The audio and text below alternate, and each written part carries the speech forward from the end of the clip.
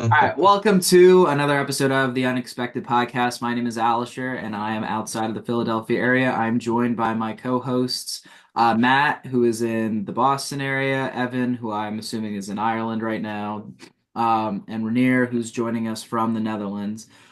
In today's episode, we're going to cover a couple different topics. We're going to look at the just as of today announced release of the new edition. We're going to look at the any additional information that they have in that article, and then we're going to take a look at and discuss some of the leaked rules that have been released into the community. And if we have time, maybe we'll talk a little bit about some of the legacy profiles and just give a quick snapshot opinion about that and what that will look like for the new edition. But without further ado, if we can get the Middle Earth article pulled up about the new release, we can kick or get started with the episode. Alrighty, so this is where we would cue the Lord of the Rings music that we would put in here if we actually spent time and effort editing in such things, but we're not going to do that. So, Why would we do that? why would we do It's not that? what people watch this for anyways. That's They true. want to see us bumble around with horrible sound effects and confused Yeah, transitions. you guys should Yeah, actually just keep this in the I mean, recording. we could all like hum the do. No, let's not do that. All Oh. right. Um, okay, so we have just a couple hours ago, actually it says 6 minutes ago. Breaking news. Breaking news. We have a new announcement from Games Workshop. The Lord of the Rings, War of the Rohirrim, Battle of Edoras goes on for pre-order a week from today. We're recording this on Sunday, November 24th. It goes on pre-order, I guess December 1st, Sunday, December 1st. It goes on pre-order.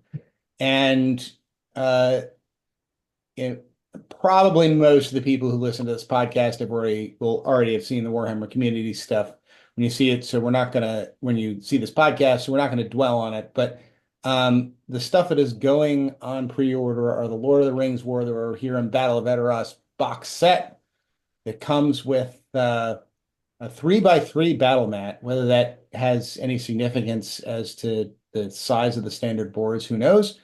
All Um, games are now 3x3.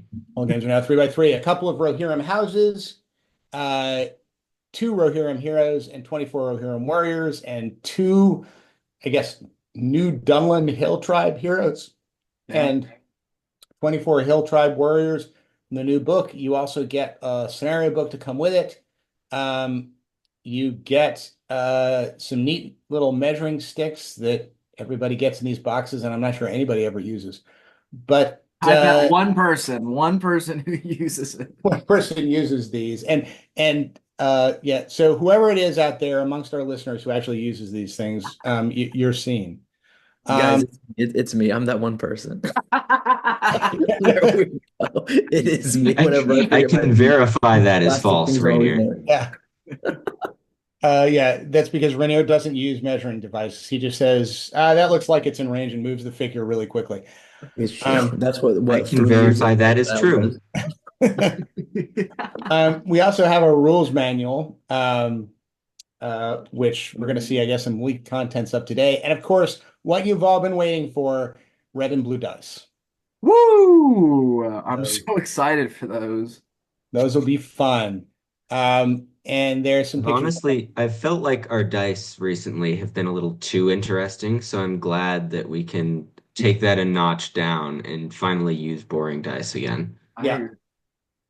It's always baffling to me why these game companies, and it's not just Games Workshop that does this, um, when they put out a new set of rules or something like that, include dice in the box. Like anyone who's going to buy any new game doesn't already have like more dice by volume than probably if you stack their dice up end to end, they stretch from here to the moon, but yet they still insist on Probably. giving us more dice. But anyway, just a rant. Um, all right, and here are some pictures of the new figures. I think we've seen all of these folks before. Yeah. We have Haleth and Hama, both foot and mounted, and then we have Wolf and General Targ, who are also foot and mounted. And here's a picture of the new rules manual with the new picture of the Fellowship kind of walking across the skyline. Um, and then not in, so that's what comes in the book, along with, I think, the 48 individual figures that aren't pictured here. And then we have kind of the first picture I've seen, at least, of the new Army List books. And they have Armies of the Lord of the Rings with Theoden on the front of it, and Armies of the Hobbit with Thranduil on the front of it. They will also, I understand, be available for pre-order next week. And the Armies of the Lord of the Rings comes in at a impressive 240 pages, with the Armies of the Hobbit coming in second place with 160 pages. That's some heft. I don't know off the top of my head how much the previous Army List books had, but I guess this is coalescing a whole bunch of expansion books into it. 240 pages that's a book. Armies of the Lord of the Rings had, depending on if you count the last page or not, also 240 pages. All right. Well, all right. So I guess it's not a hefty book. Stand corrected. It is going to be exactly the The same same size. size. Yeah. All right. And how many pages did you say? Oh, I don't have the book. Never mind. I can't tell. Armies of the Hobbit. I may have I got Armies of the Hobbit over here. Let me check. All right. If my Just to fill the air right here. I think Armies of the Lord of the Rings, it says it'll also include all of the War of the Rohirrim profiles in it. At least that's what it looks like, because it says under Armies of the Lord of the Rings and the War of the Rohirrim. So that should be cool. Hopefully we'll get more than just the profiles in the box set. I assume we Yep. will. And if memory serves me, there's a third profiles book that will come out later. Yes, I believe so. I think that is so that these first two books have the stuff from basically the movies, and the other stuff shows up later. By the way, Armies of the Hobbit also came in at 160 pages, so it's the same size books. I bet you there's not even going to be any different. So, all right. So we're going to see. What we haven't done is counted up the profiles and seen whether the number of profiles has increased or decreased, but it's 270 profiles. Well, for Armies of the Hobbit, it'll probably stay about the same, and for Armies of the Lord of the Rings, well, actually, for Armies of the Lord of the Rings, that'll be interesting, because we're going to lose a lot of legacies, and we're going to gain, a lot of War of the Rohirrim stuff. So we'll see. We'll see. All right. Then we have some additional figure releases.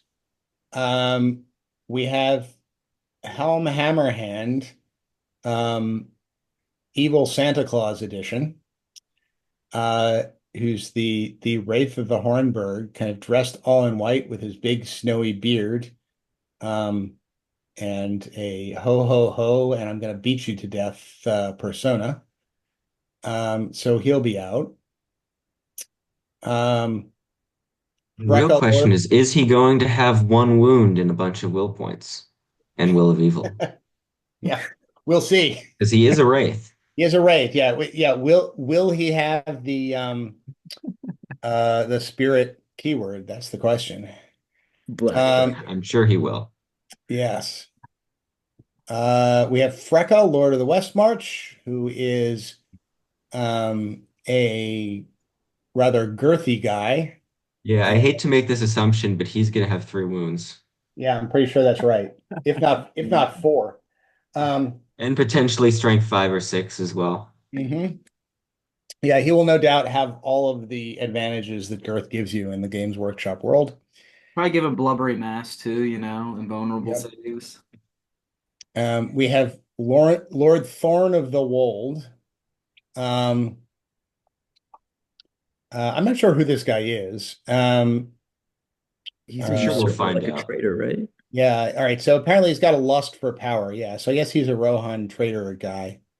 Oh yeah, okay, yeah. He can be included in usurpers of Edoras armies, giving Hmm.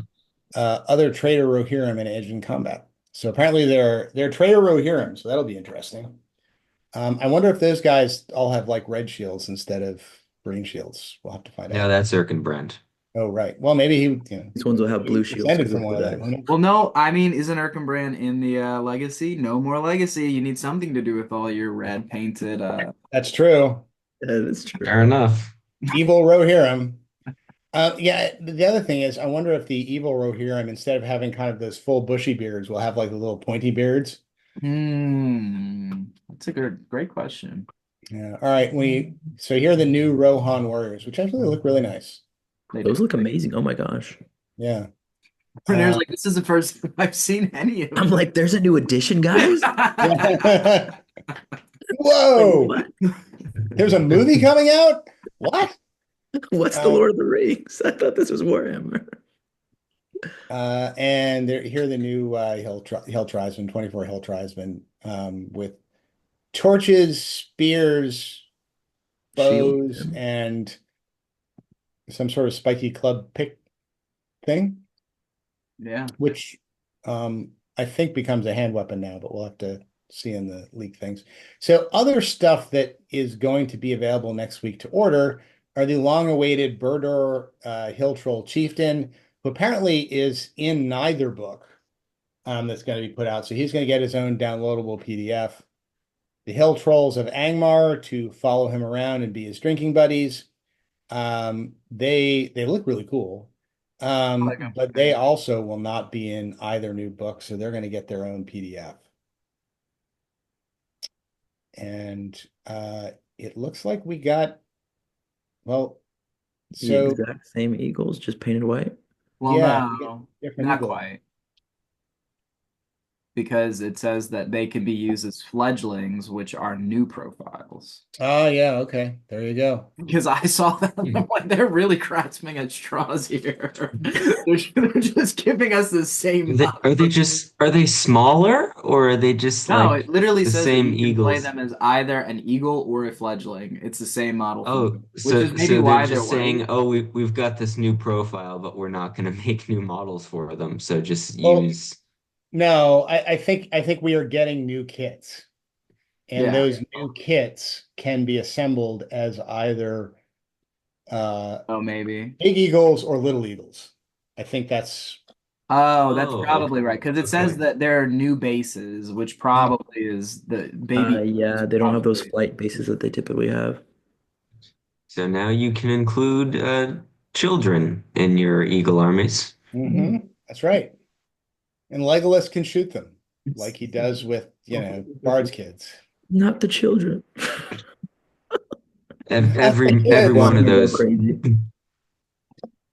traumatic. Exactly. It all checks out. I don't think a kid has ever survived going up against Legolas in match That's play. right. Which just goes to show Legolas is a right bastard. All right. So, and I guess they're also re-releasing the Osgiliath Ruined City of Gondor What's nice? mega pack. Really nice. Pretty cool. All right. So that's the new stuff. Everybody's going to be hovering around their computers, we hope, next Sunday. Hopefully this episode will come out before next Sunday, so this is all, timely. But I'm sure everybody's going to be hovering around their computers next Sunday, ready to hit purchase and drop tremendous amounts of money into the Games Workshop shareholder pool. So Fair enough. Bringing up the UK economy. I mean, sure. yep. Well, actually, it's a little known fact that Games Workshop is actually run out of Dubai. Hmm. Oh my God. Okay, that makes sense. All right. So this is great. All right. So I think we're transitioning now. Do any impressions from I've saw a lot of the information we already saw. No, but I like, I mean, I've seen these before, but I like that they're keeping the same aesthetic as Peter Jackson. And it makes me excited about the movie itself, but I kind of like that these models can match really fine with all the other ones we have. Yeah. Oh, one thing that we didn't, I'm not going to try to pull up an article for it. The one release that is not included in that we didn't talk about was the Was that the Troll to troll and the Orcs. yeah? Oh yeah, let me see if I can pull those guys up. Hang on a Does The second. anyone snow have troll, like, right? Those two orcs. I It forget is what their name is. Shank Rot and the Snow Troll. And Yeah. I'll share my screen again. We can get a brief look at this. All right. So this is Shank Rot and the Snow Troll, scavengers from the White Mountain that I think come all in one pack. So there's Shank and Rot. And here is the Snow Troll. That's a nice looking model. Yeah. I like the Snow Troll model a lot. Shank and Rot are a little but well, I think it's the painting. I think they just kind of have odd highlighting. I mean, I think they're fine. I assume they're going to look like they look in the movie. And Yeah. um, I mean, I don't know what role these guys are going to play in the movie. I am envisaging. Yeah, I can't. I I am thinking that these guys are gonna. I don't know. I just have this in my head. Have any of you guys, other than Evan, because I know I haven't seen this, have any of you guys seen Chicken Run? No. Yeah. You know the two rats that are in Chicken Run that are Yeah. kind of like the sideline comic relief who are doing commentary on the chickens as they kind of run around. I think that's going to be these two guys, but we'll find Yeah. out. I can see that. Yeah, I can see that. All right, fair enough. Alisher's like, what the heck? Like, honestly, Alisher, we just made this up right now. There's no such thing as Chicken Run. No, I have seen Chicken Run. I just We just want to see if you're like, yeah, I watched it. like what are we what are they talking about? No, I've seen it. No, but That's I cool. think the darkness, what you're saying, Alisher, I think maybe on snow bases. I mean, the aesthetic is Yeah, probably yeah, in yeah. the No, I mountains, think so I think the color they'll clash turn would out. look. It's interesting. You buy them all together points wise. So and I guess they deploy together. Yeah. Yeah, it'll be interesting, like concept to have like a troll and two like probably like minor hero type esque with like special rules going on. Are there any did they like share any of the rules for anything in there? I think at some point they did. Let me see. I know like Shank has some screech he can do. I think that it said something. I could be making that up to be perfectly honest. I recall a screech. There, Becca, it says Shank knows a guttural call that will Mm. summon a great snow troll. Oh, Um, yeah, I don't know if they gave us any rules for these guys. Nah, he No. just like scream into the hawk and then the troll like approaches Yeah. or something interesting. I think these two. I think it's like one of these guys is like a hero of valor, and the other's like an independent minor hero who comes with him, and then they get the snow troll. And whether the snow troll like deploys later when Shank gives his screech, I have absolutely no idea. Yeah. But Regardless, cool model. yeah. All Yeah, right. it looks like they're all minor heroes, and they act as their own warband. This is Rot is Our independent. minor heroes. Yeah. Oh Okay. yeah, you're right. Act as their own in the besiegers of the Hornburg forces. Hmm. Now, Shank is the captain, Rod is the independent hero, and the Snow Troll is a monster. Hmm. Whether or not he's a monster with might, will, and fate, I guess we'll have to see. But that would be suggested when they say he's a minor hero. So um, I guess we're going to see. very cool. Very cool. Now back to the leaked rules. Right. All right. If there's nothing else to talk about, I'll quickly bring them up. And we can start. Oh, hold on. Uh, cool. Right. So, let's begin. So we're gonna start off. These rules are all pretty loosely ordered, so we're gonna start with heroic actions and then move to magic and other various miscellaneous changes, and then we'll end off with the profiles, I believe. Before we do that, can you just describe what you're talking about when you say leaked rules for any listeners out there who have been living in a Yes. hole for the last So the entire Unexpected podcast team hacked Games Workshop and stole a bunch of rules and posted Whoa. them I all. thought we agreed we Yeah. weren't going to talk about that. Yeah, Yeah, well, I just I spoiled I it, and now we're gonna get sued for a bajillion dollars. Oh, okay. That sounds good. Yeah, if the cops are watching this, I accidentally clicked on this Zoom call. I don't even know who these people are. I don't know what Chicken Run is. I don't know anything about that. Fair. So basically, somewhere out there in the internet world, somebody got themselves a copy of the new rule book that's going to be coming out in the next couple of weeks and has been kind of leaking screenshots of pages, which Evan has gone and collected and we'll present. And we can usually make that a little larger. I can't actually read what's on the screen there. Sure. It's gonna be somewhat blurry, unfortunately. Yeah, can you kick it up to Because these 150 there are for my old weak eyes? this is like Blade Runner, where they're just constantly enhancing the Yes, image. enhance. All right, yeah. All right, that works. I can read that stuff. Heroic Resolve, it looks like this is about the same thing, right? Yeah. No, sir. Um, What? you see, this is why we You brought can tell along I've never used Rainier, it. because he knows nothing and he can be like he can give all of the reactions. Yeah, Rainier is the sub in for the audience here on this podcast. But the real sad thing is those poor listeners who I beat at a tournament, they're like, my God, how did that happen?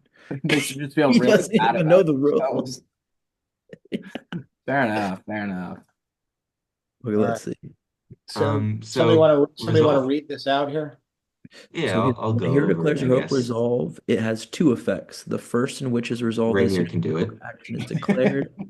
Friendly models within 6 of the hero who declared heroic resolve gain an additional uh what does that say? Tree or three? Dice, free And dice. No, it's additional free dice. free dice when making resist tests until the end of the phase of the turn. Note that for models that have no will points or none remaining, this allows them to make a resist test. Okay, good. So they still get to make it if they don't.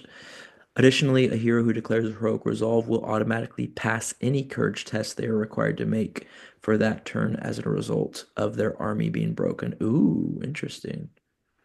Okay, if a hero who has declared a heroic resolve is charged and engaged in combat before they are able to activate, they are still able to activate solely in order to provide a standfast, even though they would not normally be able to. Okay, however, a hero who has been rendered unable to activate by some other means, such as being transfixed, still cannot provide a standfast as normal. Interesting. Good. So So, go ahead. summary of what Rainier just said with significantly less words. Basically, resolve has been changed in two ways. One, you're no longer locked in place when you call it, which was a very, very silly side effect of the old heroic resolve, which I'm glad that they got rid of. And two, not only does it give you a resist dice for resist tests, it also allows you and basically it allows you to pass any courage test you're required to make for breaking, and it also gives you a stand fast even if you're charged, sort of like Mahood models, where they get charged and they still provide their 6-inch auto pass bubble, or I guess more accurately, Lake Town models. Mm.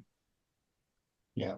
So this is heroic resolve has now kind of become an effective end of game play if you have any might points left and you just need to sit on that objective for one more turn or kind of resist the black dart for one more turn or something like that because you can actually still do stuff now, which was big problem. The reason why nobody ever called heroic resolve in the past was it froze you in place.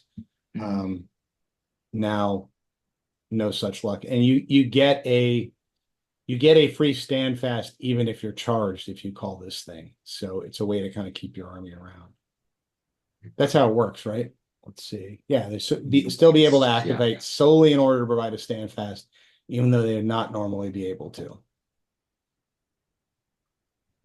Yeah, I mean this hopefully will have more applications. I can see like, for example, if you have an Aragorn and you go up against a lot of spellcasters, just saying I'm going to spend my free might point to call a resolve every turn might not be a bad option because in the old edition, if you did that, your Aragorn was not able to play the game. And now he can keep moving and keep fighting, even whilst calling that resolve. Yep. Which This I like is a lot. I do certainly like that a true. lot. All right, shall we Yeah. move on? Yeah, well, yeah. I mean, I guess I was going to say that outside of an Aragorn or somebody with perpetual might, I don't know who else that would be. I'm not sure how much you're going to see this mid-game, but kind of end game, I think you're definitely going to start seeing this. Especially if you have a low courage army like orcs or something like that, Yeah. where the trick is charge all of their heroes and watch them run. If you call resolve, then um, you will negate that. Yep. I mean, how widely this is going to get populated amongst evil heroes, I don't know, but I guess we'll have to see. Indeed. All right. Heroic accuracy. I'm not even gonna bother to ask anyone read this, because I'm fairly sure the only change to this, um, is that uh, when a hero declares a heroic accuracy, they gain the sharpshooter special rule. What this is, I have no idea. But they gain the sharpshooter special rule. Nah. Um, it doesn't apply to any of the warriors. Um, but yeah, that's pretty much the only change. Is it just when they There go is a reroll weird failed statement. ability tests? Um, yeah, I mean that's what heroic accuracy used to do. The only other thing I've noticed, and I don't know if someone has the rules handy to look this up. It says this includes any failed in the way test when targeting a cavalry model with a shooting attack to determine whether the target part of the model has been hit. Oh, um, hold on. I think that means you can now, it says target part of the model, so maybe you can pick whether you want to hit the mount or the rider and then re-roll the supposed fail for that. I, I Um, think that's right, and I don't think you were able to do that in the current rules. okay, so there's another change. I think there was an FAQ about that that said that you couldn't do that. Well, now you can, I Yeah. think. Yeah. Um, unless, of course, another FAQ comes out that says you can't do that. Well, yeah, And but I mean, I mean, maybe it will, who knows, it's Games Workshop, but this seems pretty clear. Because it does say, I think, let's see, whether the target part of the model has been hit. Scroll down a bit. sure. Yeah, so interestingly enough, there's different language on this particular rule when they're talking about everybody else who's affected by the take aim roll.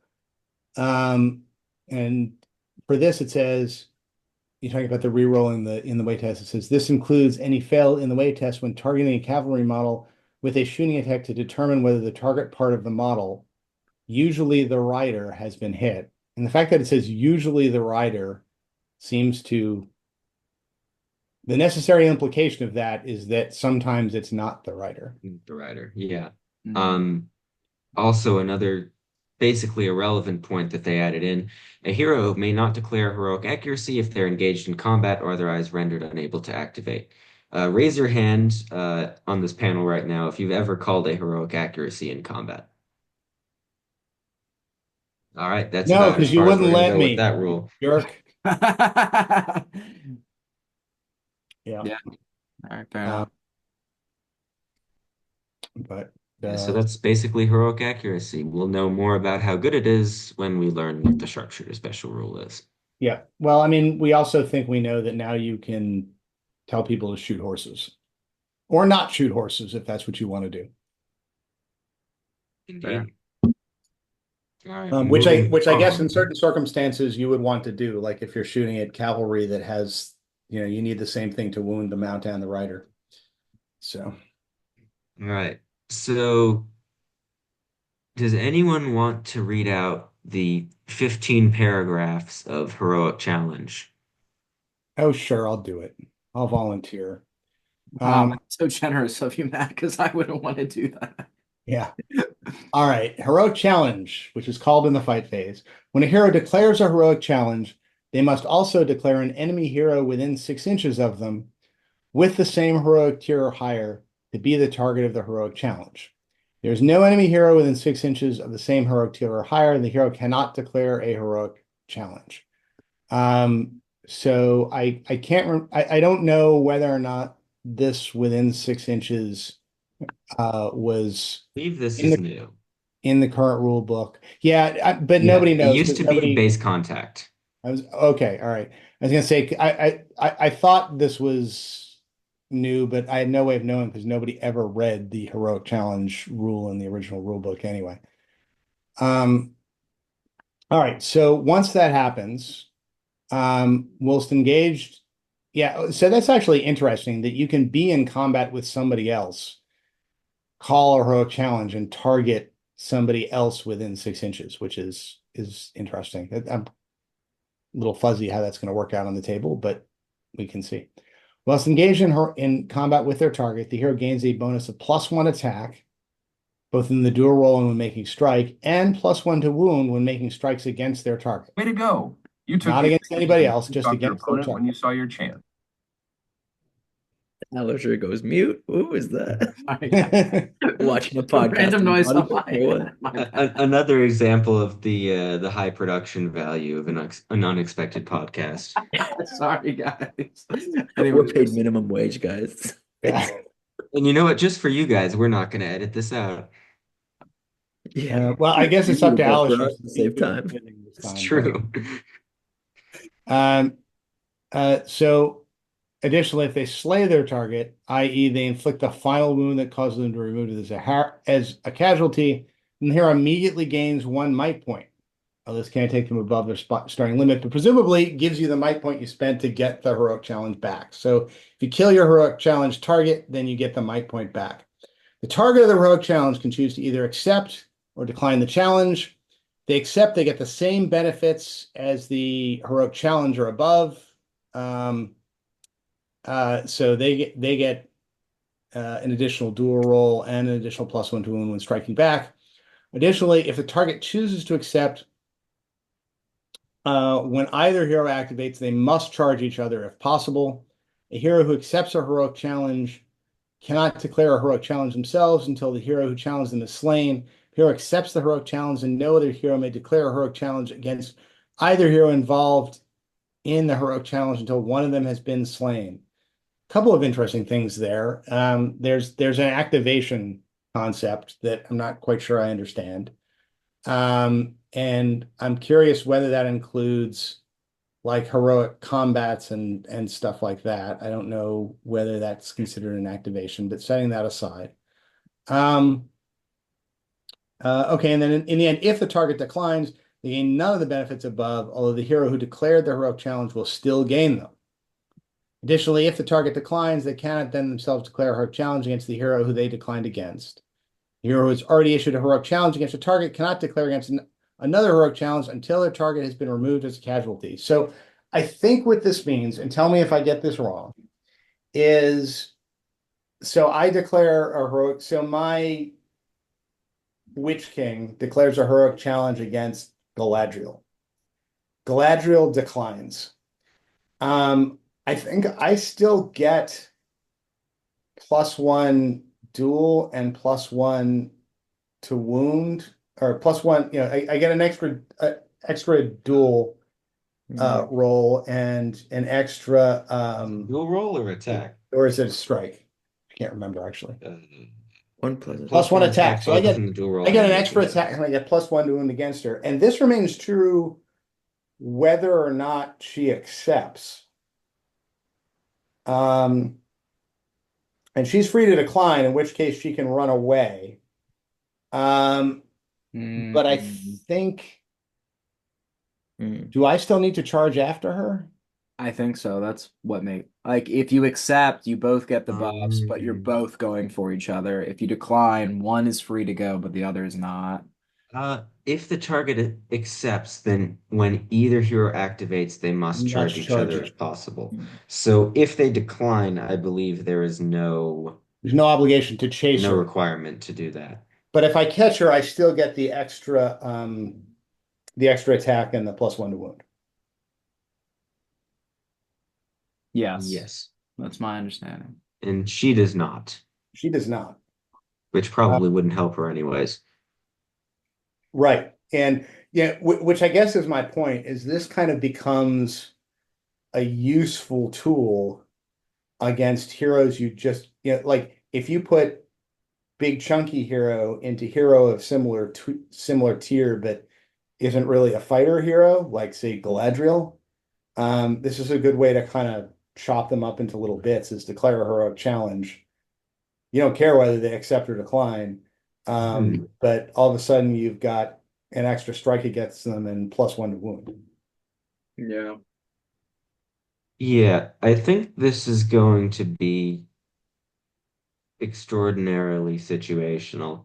Does this Um, work if you the like the following turn, could you call a strike and then have stacking heroic actions?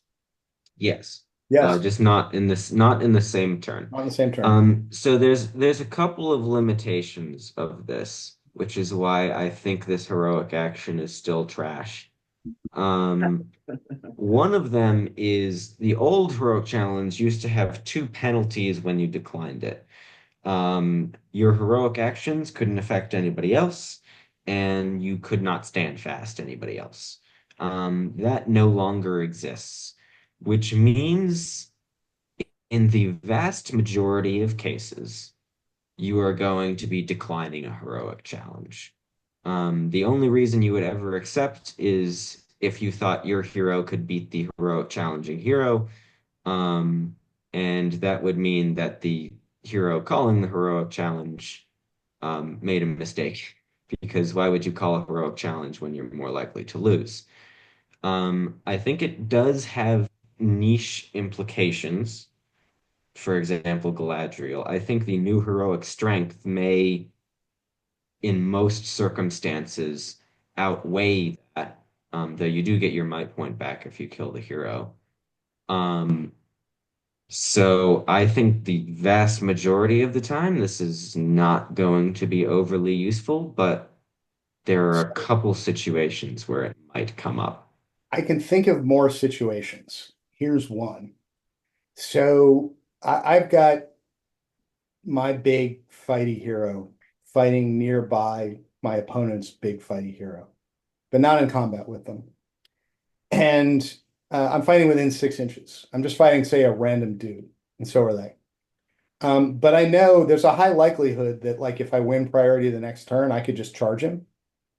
I call the heroic challenge on the turn I'm fighting the regular dude. So it's out of the way. And I've got my strike bonus and I've got my +1 to wound bonus. And then we have next turn. And next turn, if I win the roll off, I just charge him. And if he's declined, I can now go in. I've got an extra attack. I've got +1 to wound, and I can now call the strike against him. And he's down. Right? Because he doesn't, if he's declined, he's he's down a strike and he does not have the +1 to wound. I mean, he may accept, in which case we come together and we have the big climactic fight. But it's put him in a position where he's got to commit to fight he's got to decide to either come in to fight my big chunky dude or risk fighting my big chunky dude at a disadvantage. And I mean, you're right, Evan. I don't think you necessarily call this in a situation where it's just like an even fight where the guy's gonna be like, all right, I accept, and we're gonna come together and fight. Unless, like, my priority is just to get get the opponent to not be killing my guys and actually focus on my leader who I'm hoping can either tank him or beat him.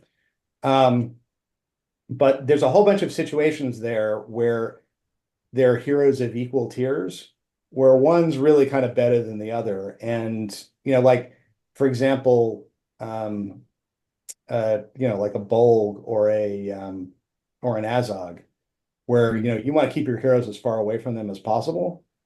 Um, and I don't know whether Bolg or Azog is going to have this in their profile, who knows? But um, if Azog's got this in his profile, then I think he's going to be calling this thing all the time. Another neat thing you could do with this is do the 2 hero charge into somebody within 6 inches of the guy that you want to target. Have one guy call a heroic combat and the other one, the big chunky guy, call the heroic challenge. So that you can actually heroic combat that guy who just did the challenge in against your opponent and get the additional attack and +1 to Why wound. don't you just call a strike instead? You could call a strike, but maybe it's a guy that isn't going to be striking up, or because and part of this goes down to what activation means too, by the way. Because if I can, I can call that heroic challenge, he can then call the strike, and for the heroic combat, if he called the strike, all right, I'm going to go out and I'm going to kill a couple of his buddies, and then next turn I'll go into him, and he will have burned a might on that strike afterwards, and my heroic challenge is all ready to go. It just seems like there's a bunch of kind of interesting plays here that you can make with the heroic challenge. I think there's a decent number of interesting plays. I'm just not sure that those plays um, merit spending a might point to do this. Well, if Especially you're because Azog, then because he if has. on a 50-50 wound off, well, yeah, as Alisher said, if you're Azog, you're never going to do this because you already wound on threes. Um, I actually you wasn't you saying might. that, but I was like, No, well, how much might, I man? think Azog does this if I only think Azog does it. What's one might? If you're Aragorn, what's like free? Like yeah, everyone's exactly. gonna be the king of I just broken call power. heroic combat instead, to be totally honest. I just think there's very few situations that I would put my heroes in that would ever constitute um me being worried about this or me calling this. Yeah. Um, I guess we'll have to see. but I By the guess way, we'll see. I think this is going to be a real problem for heroes like Galadriel, because I can I easily think imagine putting I my think if hero. Galadriel ends up being in combat in the first place, you're already kind of screwed. Yeah, So I'm but not entirely sure about this is a that. way to make sure that you kill her, right? Because she's got those 3 rerollable. Yeah, but she just calls a heroic defense. It, even so, Mm. then she still has to spend a might, and I've still got an extra attack to roll against her to make sure that I win and to make sure that and by the way, this lasts turn after turn, and her heroic defense only lasts for 1 turn. This is true. I just can't remember the last time my Galadriel has ever been in combat. I don't know. I've been stymied kind of at the end of the game trying to run down a Galadriel when she's like, oh yeah, I'm gonna fake that off, and I'm standing next to my mirror, so come back. Anyway, All right. Well, I guess we'll see what happens. we will. Once the new edition comes out, Dad is going to be calling this every single game, and I'm never going to call it, and we're going to see which one of those methods prevails. Yeah.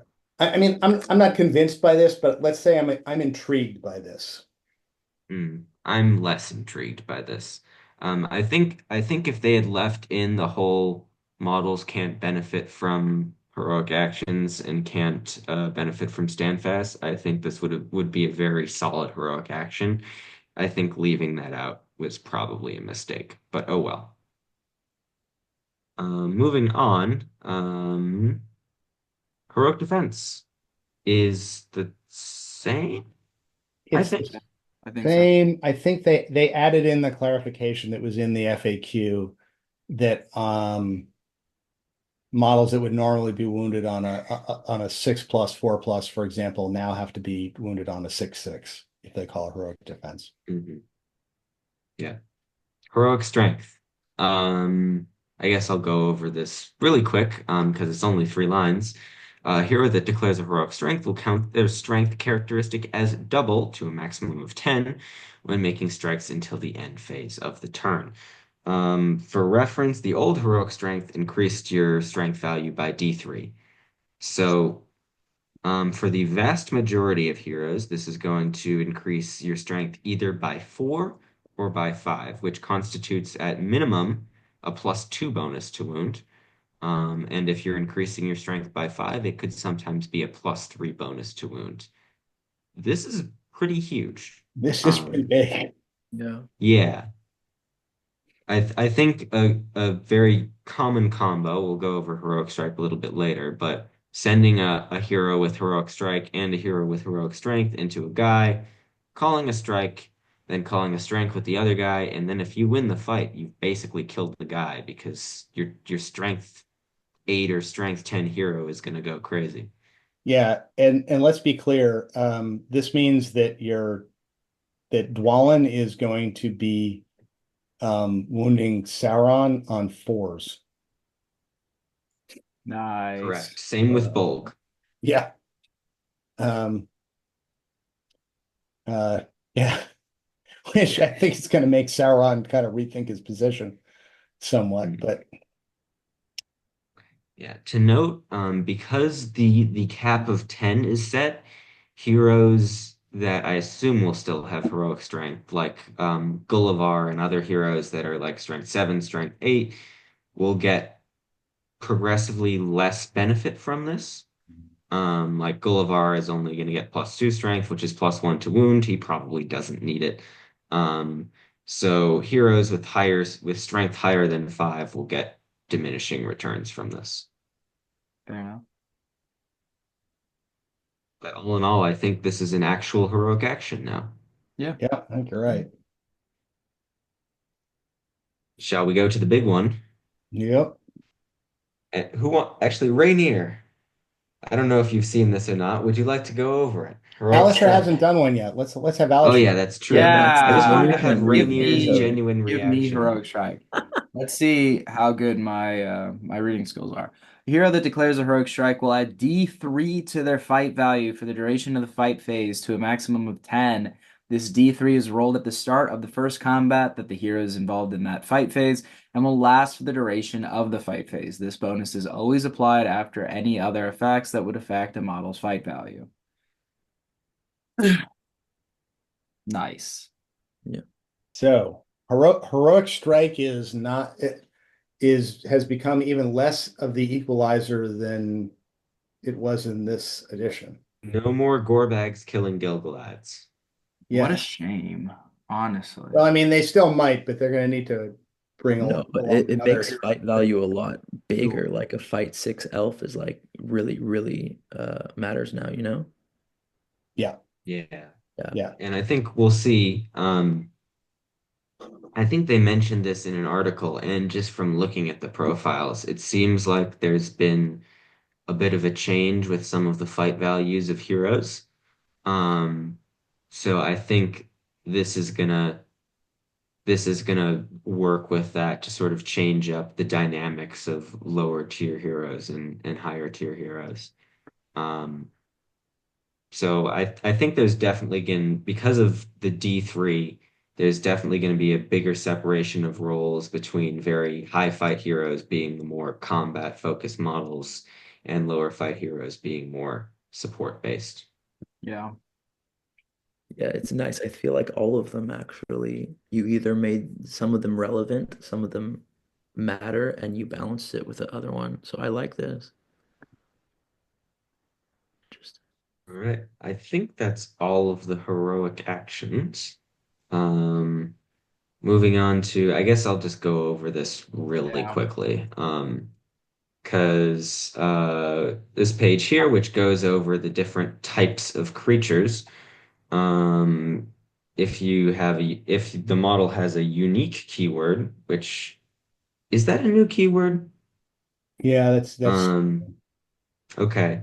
I mean, So if a model the has a concept unique was keyword, you can't take two of them. It's the same concept. same concept. Concept Um, was there. I mean, no two yeah, Gimli, no two Gandalfs, just the no two Glamdrings, basically. yeah.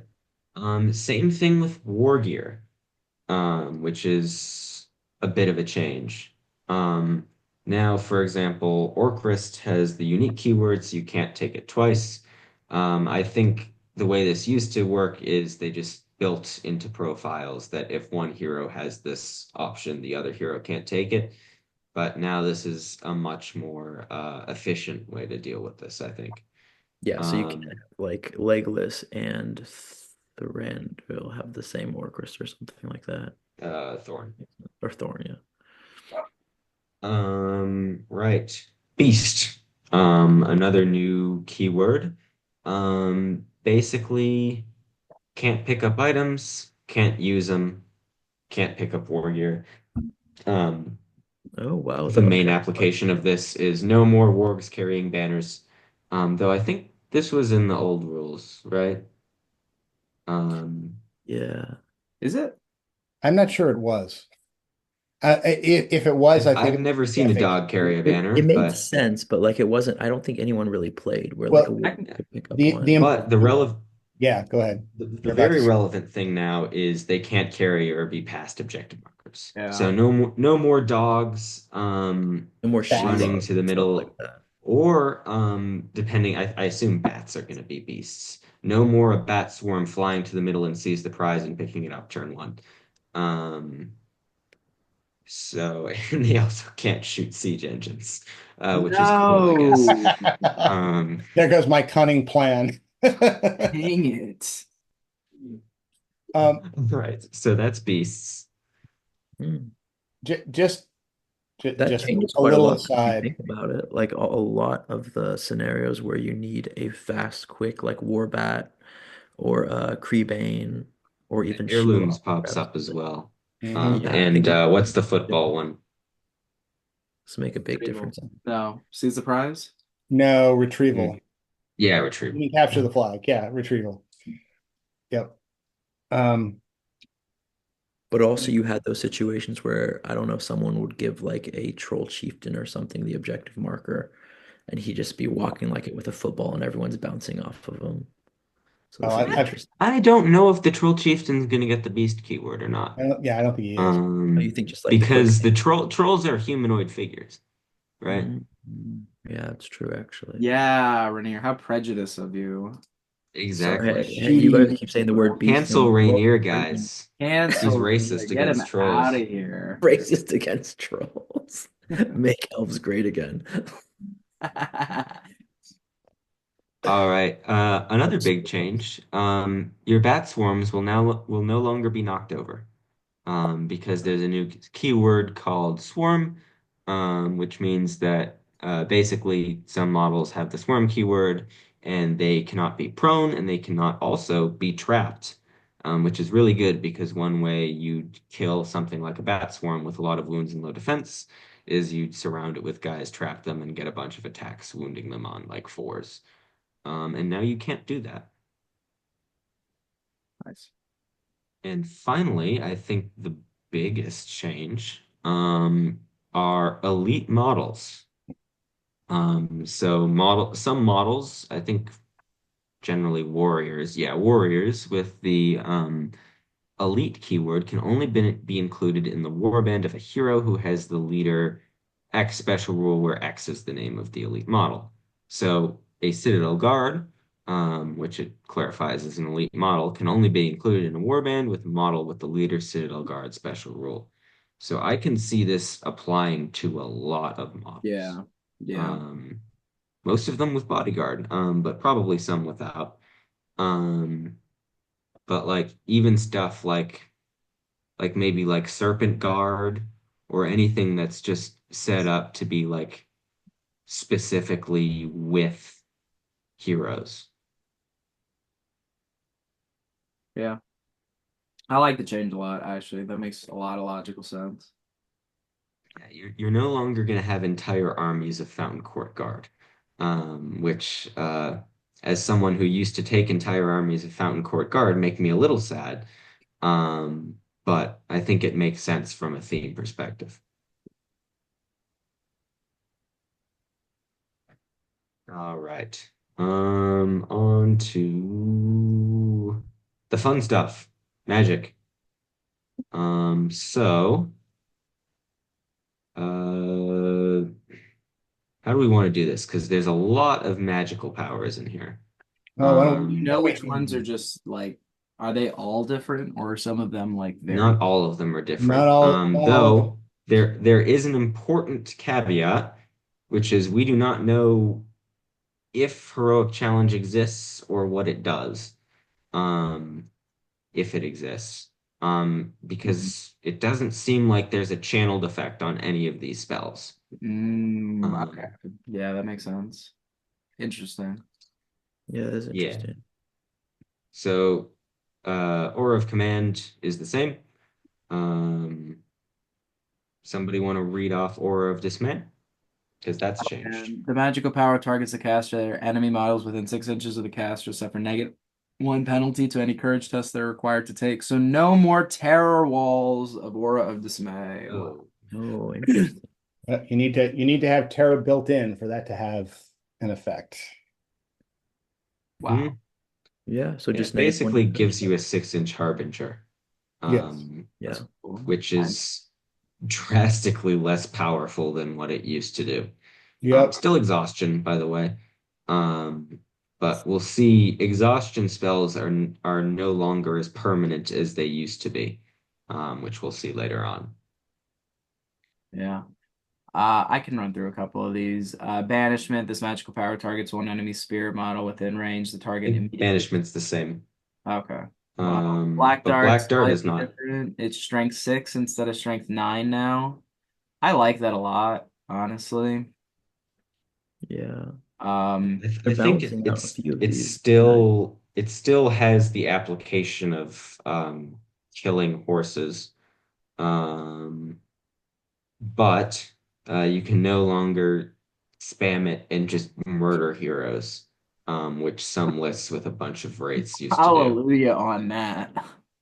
My Thranduil has just been pummeled in the last like 6 months.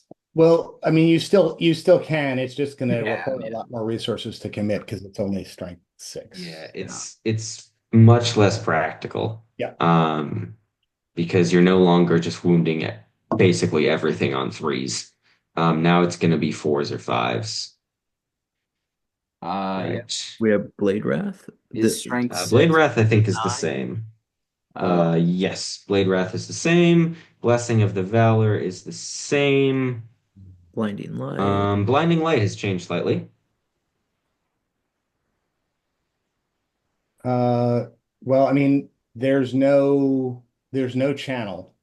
Has it changed otherwise? Yep. And it's The temporary daylight has piercing. changed. The what? The daylight has changed. oh, it's 6 inches of The daylight minor now? effect of blinding light used to be a Oh, yeah, 12-inch yeah. daylight bubble. Now it's 6 inches, I gotcha. which means if you're fighting at night, you're no longer going to have that 12-inch bubble, which basically lets your guys get shot at, but doesn't give them the bonus.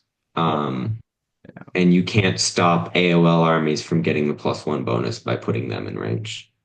But I think, as was mentioned, um, the big change to blinding light is that there is no longer any way to make it exhaustion. Gotcha. So you have to cast it every turn. Mhm. Call wins has changed. Is it better? Immediately thrown. No. Okay. He said nobody's ever going to cast it. Yeah. Hmm.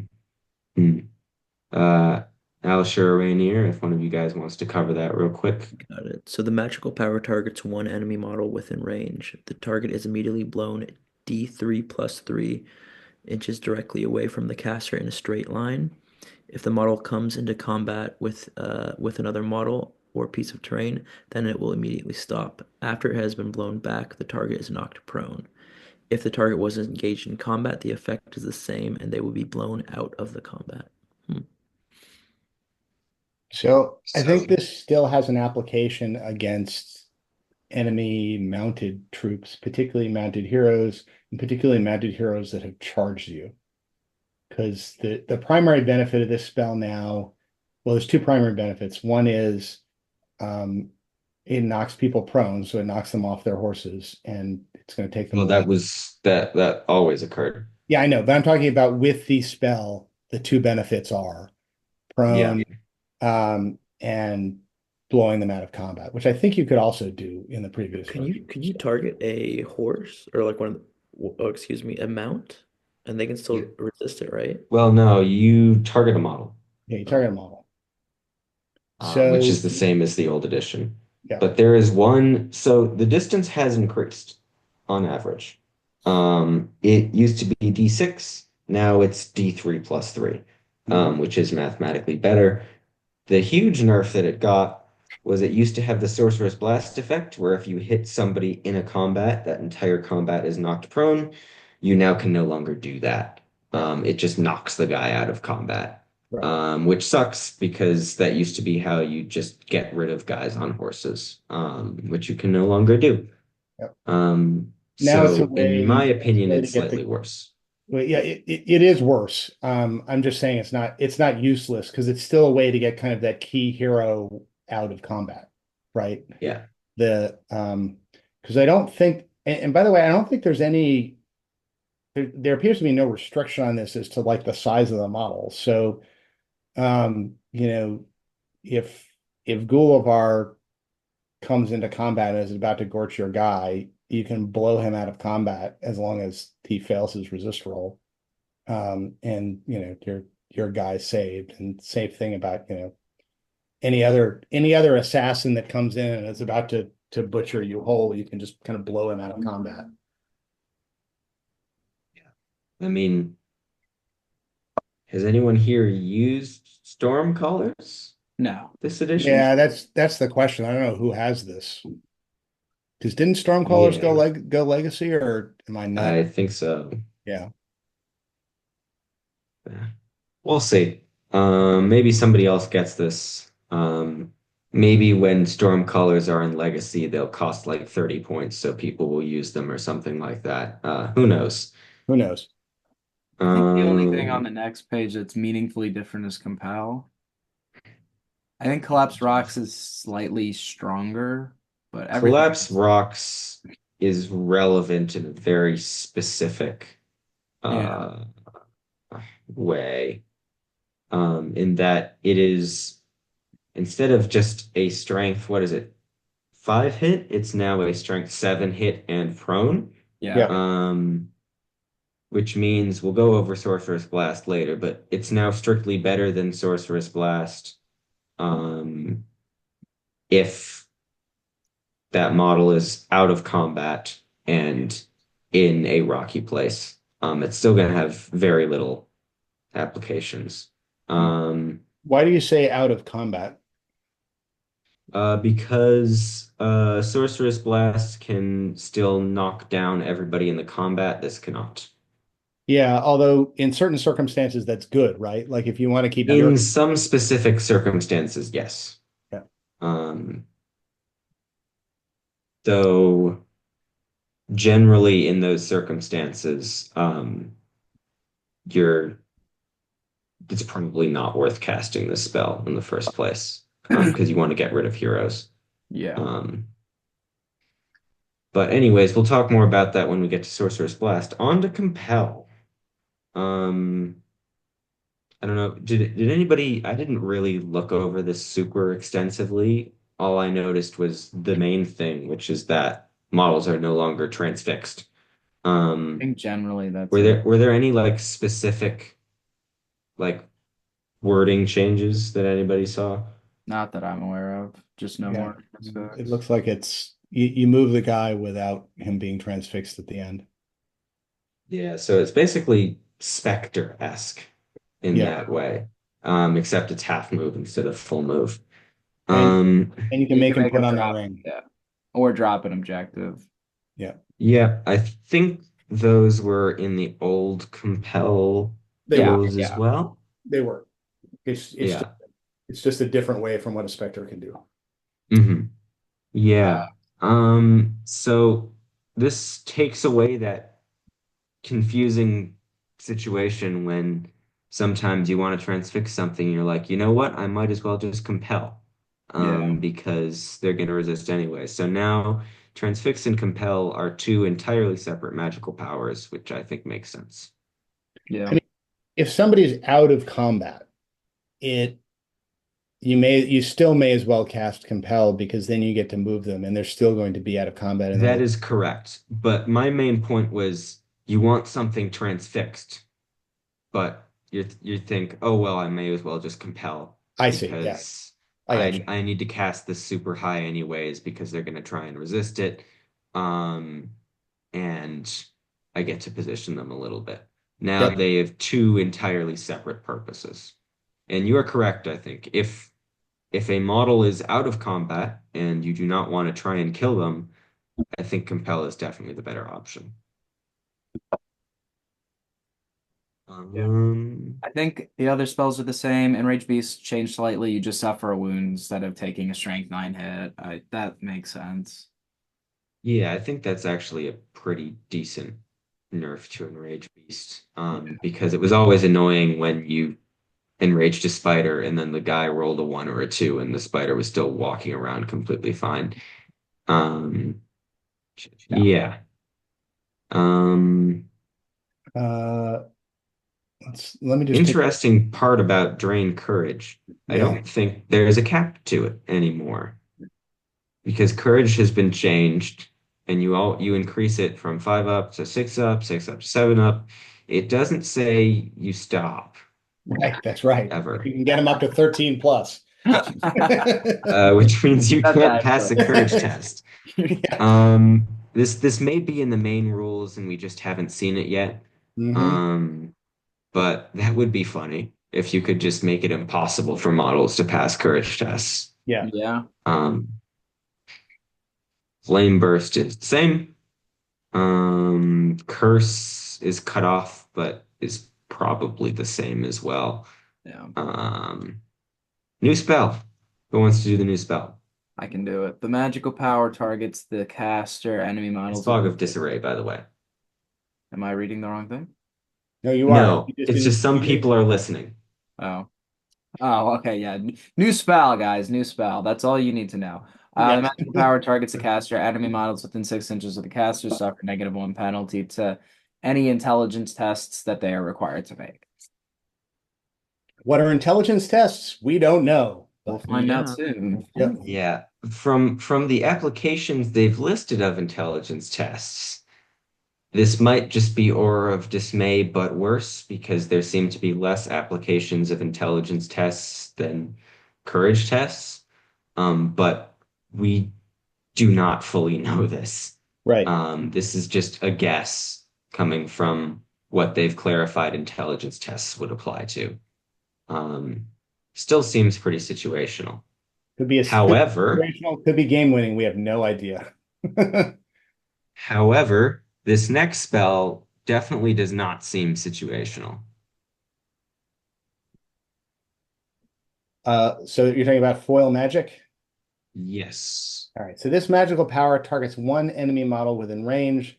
Caster may choose one magical power cast by the target with the exhaustion duration that's currently in play, and that magical power immediately ends. So this is essentially dispel magic. So in my mind, this is still somewhat situational because it appears that absent the channeling mechanic, or at least the channeling mechanic as we know it, there are going to be a lot fewer spells around that have exhaustion. At least there are going to be fewer spells around that we care about that have exhaustion, but those spells can be made to go away with foil magic. I think I spoke imprecisely. It's still going to be situational, but I think it's going to have a defined niche. Compared to Fog of Disarray, where I just don't know. Yeah. So applications of this, I think the biggest one is Fury and Aura of Command, especially if you have a terror-causing army. Just turning that off is extremely strong. And I'm sure there are tons of other applications as well.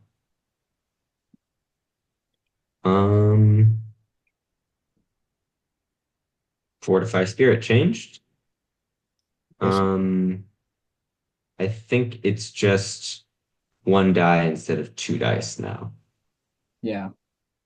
Yep. One die instead of two dice. So magic seems to have gotten a bit weaker, but so has the all-encompassing spell for making magic less powerful. Um, Fury is the same. Can be made to go away now with foil magic. Yes. Nature's Wrath. Um, Looks the does same. not have a range. Hold on. The range is in the caster's profile. Yeah, I think that's right. All target models are immediate. Okay. Oh, that makes sense. So I guess they're leaving open changing the range based on how powerful the caster is, Yeah. potentially. Makes sense. Um, Panic Steed is the same. Yeah. Yeah. Um, where's Panic Steed? Um, yeah, I think it's no, it's not the same. Um, Now you're immediately knocked flying. Oh, Um, you used to only roll on the Throne Rider table. So it's actually better. nice. Paralyze. Oh God. I think the big thing with Paralyze is it more the in detail expresses how like becoming unparalyzed works. Yeah, this does not. So this looks exactly the same. Um, Additionally, if any, may use. I think all it did Uh, was take the old spell and incorporate all the FAQs that were written on it. yeah. Um, Swear I saw something else on paralyzed models. That's a change. Um, oh, it's exhaustion. Oh, interesting. Okay. Yep, there you go. So So, now if you get rid of the will points or kill the caster, it goes away. or you can foil magic it and wake the guy up. Oh yeah. There's another application of foil magic for That's you. right. So paralyze has been made less strong, which I think makes sense. It was definitely a little demoralizing to have a turn off my hero button that you couldn't really do much about. Yeah. So that's nice. Um, that's cut off, but I assume that's protection of the Valor. Yeah. Yeah, which actually got a slight buff. I think it actually got nerfed. Oh, it got something added It to got it. a slight buff, which I don't think changes much. Yeah. Um, Specifically target. Yeah, it got nerfed. So what did it Um, used to do? so shooting attack will so first the buff. Additionally, enemy models that target the protected model with the shooting attack will suffer a -1 penalty to hit. Um, so it used to be so it used to have a range of 3 inches. It's now got potentially more, potentially less.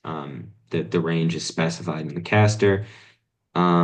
But it used to say that special rules or magical powers that don't directly target the model will still actually hold on. Um, if an enemy magical power or special rule targets multiple models, then the target of this magical power will be unaffected, though other targeted models will be. Um, and I think this says specifically target a model. So I think stuff like I don't know if you're immune to Nature's Wrath anymore. I see. Um, and I think the -1 penalty to shooting attacks doesn't really matter, to be totally honest. Yeah, I mean, I I guess can't. we'd have to parse what it means to be the target of an enemy magical power. The important rule, the important word to me is specifically. I think that's what makes me lean um Yeah, but that's special towards rule. that. Any I don't know. I can't read what as that the word target is. of an enemy magical power, or it's too blurry, to be But totally yeah. honest. Um, it's either been buffed in a way that's not going to be relevant at all, or nerfed in a distinctly relevant way. Yeah, I mean, Um, so if a target, and we're speculating here, but if being targeted by an enemy magical power means it's somebody who could resist, then area of effect spells are still going to be implicated by this. But I guess we'll just have to see.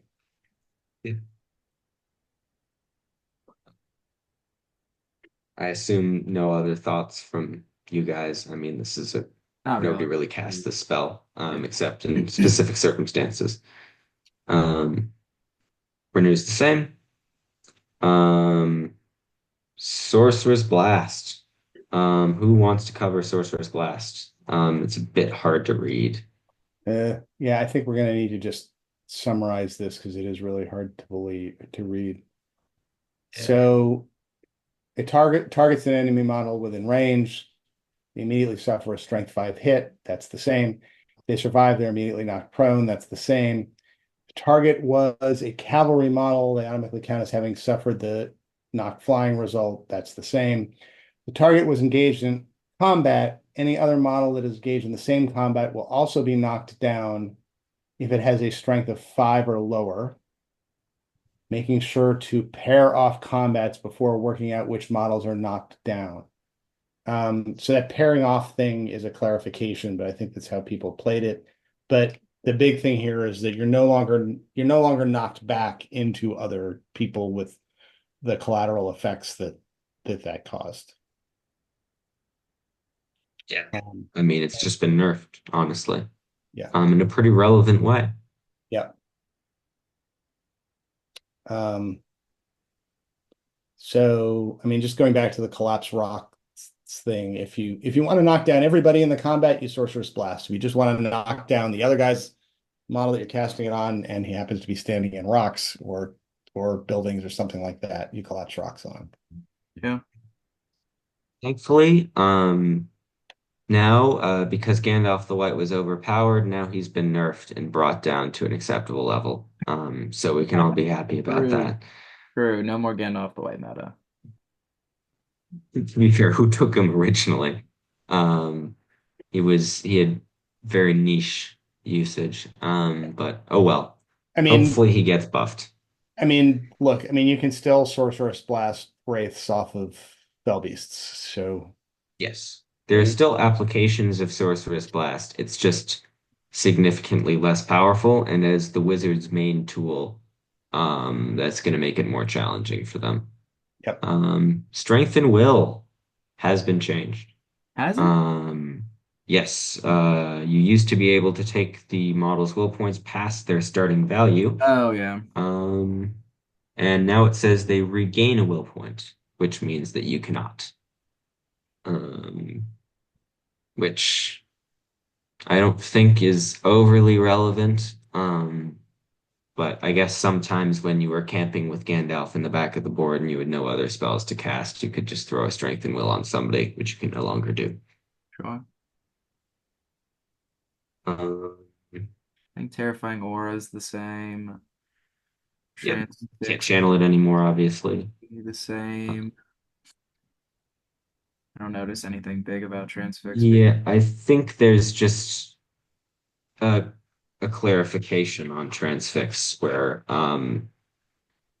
because apparently pieces of war gear can Yeah. have active abilities.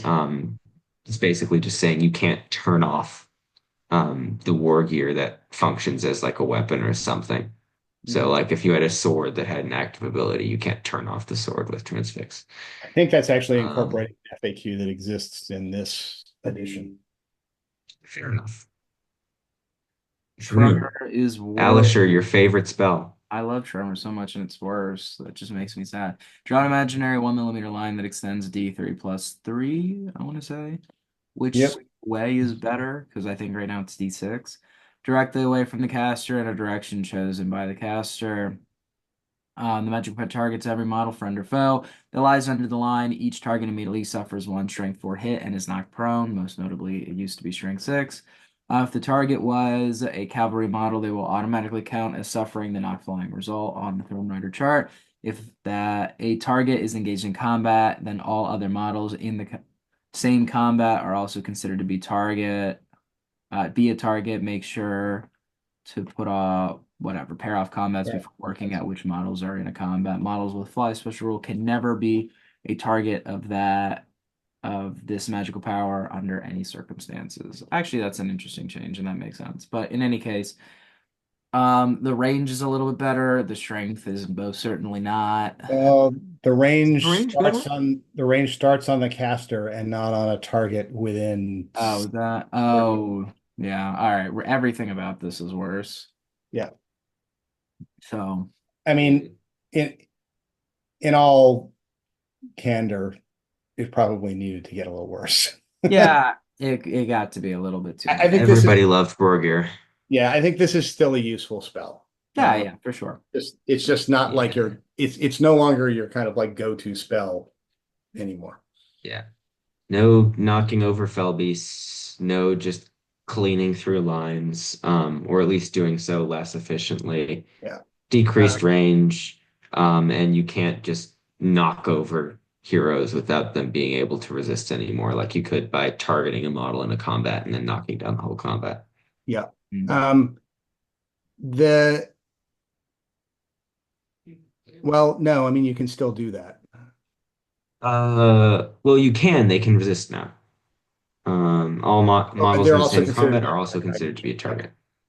Um, the other thing that's going to make this harder to use is because it starts with the caster, you either need to put your caster on the front line or you need to be, kind of tremoring through your own guys to get to the enemy's guys in most circumstances, which is, going to be an issue. Sometimes you're going to want to do that anyway, like if somebody's cavalry model charged your infantry model, but um, you're knocking your own guys down and potentially wounding them in order to cast the spell through a line now. All right. Slightly worse, well, not slightly worse, significantly worse Borgir, which is good. Yeah. So I'm not going to complain about it. Wither. Noticeably different. Oh, yes. You want me to do this one? Yeah. This magical power targets one enemy model in range. That target immediately reduces their strength value by 1 for the remainder of the game. Model can be affected by this magical power multiple times over the course of the battle, reducing its strength each time. Should a model ever have its strength reduced to 0, then it is immediately slain and removed as a casualty. If this magical power targets a cavalry model, you got to choose the rider or the mount. So I'm pretty sure the spell in the current edition didn't allow you to wither somebody to death, and now you can. No, it did not. The minimum was 1. Yeah. So yeah, you can wither somebody to death. And note that if you wither somebody to death, there is no fate roll. They dead. Yeah. So So the good news about this, I don't there are 2 models with Wither in the game, or is it 3? I know Musger and the Angmar Shaman. Oh, it's 3 because the new Angmar guy has it. Yeah. Um, so the Shaman and the Shadow of Rudar have it on like 5s or something. So it's not that bad. Musger, however, and I hope this has changed, though he is Legacy, so I guess he's going to be appearing less. Um, Musger, this edition has it on a 3, which could be very dangerous for low will heroes. You could literally just kill them if you get this cast enough times. Yeah. So this could be interesting. Yeah. It's also kind of a threat to low strength heroes, again, like Galadriel, who, you get 3 withers off on her, she dead, regardless of her rerollable fate. Yeah. And So I granted, think you're probably usually going to target people with less will. But yeah. but maybe, but I mean, she actually has to like devote resources to resisting the spell. Yeah. So it is actually something to think about um, going after her. But I think anyway, I'm personally gonna kill Aragorn, if that's all right with you. But I think there are applications for just because remember Wither's secondary effect is making combat heroes less effective. yeah, no, So you can that's get value out of your Wither before you kill the model. that's certainly true. But for all the folks who are perennially frustrated trying to both get to and then actually kill Galadriel, uh, in order to get that army leader point, this is now another way to do it. Yeah. You want to talk about Writhing Vines while it's up on the screen there? Uh, Not anymore. well, we can just skip over Wrath of Brunin because it's exactly the same, just with the same change that they got with Nature's Yep. Wrath, which it's now range instead of it all being 3 inches. Yeah. Alistair, do you want to go over Writhing Vines? Yeah. This magical power targets the caster. Place a 25 mm vine marker wholly within 3 inches of the caster. Enemy models within the area, or whatever, in the area within 3 inches of the vine marker. Or treat, sorry, the area within 3 inches of the vine marker as difficult terrain. Remove the vine marker during the end phase. Interesting. So this is like instant rough terrain, Yeah, basically. that's cute. Yeah, this is the screw you cavalry button, Yeah, I that's think. right. True. Yeah. Cavalry charges in, and you've got your caster sitting behind the lines, and he throws this in the middle of their charge, and 6 inches worth of cavalry now loses their charge bonus.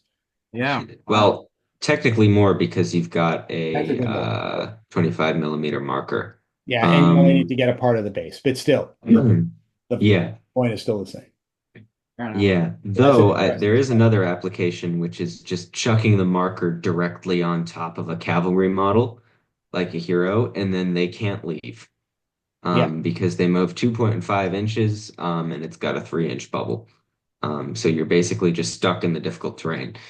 Um, so I think those are probably going to be the two applications of it is screw you cavalry and screw you cavalry, but slightly different. Yeah. Yep. All right. Yeah, I On to think the your staff is broken profile. is the same. Yeah, by the way, Oh, yeah. just for the record, you can also just drop this on a hero on foot, and the most he's going to be able to do is kind of like get to the edge of the bubble. So Get out. Yeah. Yeah, there are definitely some interesting applications of this. Yeah, seems fun. Your staff is broken is the same, and on to profiles. I guess it could be on a actually, page that we oh didn't no, see. never mind. It does appear as Well, though here's Shatter is one on. profile. Am Oh I yeah. everybody's I, favorite spell in the game, Shatter? I think you're correct. I think there Unless is there are no other things shatter. that you're not aware of, but it seems like Yeah. we have a comprehensive list. Also Tom Bombadil's spell. Refreshing Refreshing Song Song. is gone. Oh my gosh. Everybody also everybody's favorite spell. Yeah. All right. Well, fair enough. All right. Profiles. All right. Elrond is the same, except with two notable changes. One of which I think we can talk quite a lot about. The other of which is that he's fight 7, which, in my opinion, he always should have been. Yeah. But now he is. But the main change, boop a doop boop boo. By the 20 way, point horse. heroic channeling is a heroic action for him. So Oh, heroic channeling enough. does something. It exists. It just Don't know what. probably doesn't do what it used to do. Yeah. But not to divert, 20 point horse. Yeah. Ooh. So this is gonna be, I think, the most interesting change I've seen so far because it's either going to warp army building or it's gonna mean that armies are slightly smaller. Because either people are gonna start not taking horses on heroes, or they're gonna take horses on heroes, and that's just gonna increase going to decrease their model count because they're Yeah. spending more points on their horses. Yeah. I mean, This is assuming, of course, that all heroes have 20-point horses, which we do not know. yeah, it does seem to be a more accurate assessment of their value in the game than a 10-point horse was. That's correct. Can Um, you scroll up just a little bit more, just so we can point out one other thing that's on the stat line here, and a little bit more so we see the stat line. All right, so if you take a look at the courage and intelligence, there's an I there, which I assume is intelligence next to courage. sense. They're no longer numbers. They're something pluses like a shoot value. So courage for Elrond is 3+, and intelligence for Elrond is also 3+. So there's some sort of different die roll mechanic there. By the way, this is what we were discussing in Drain Courage, because Drain Courage increases it from a 3 up to a 4 up, 4 Right. up to a 5 up, and so on, and there seems to be no cap for that. So that's why we were saying, oh, it looks like you can do this infinitely now. One more change, actually. It now lists the base size Nice. in the profile. It says base size 25 millimeters. So hopefully there will no longer be confusion about that.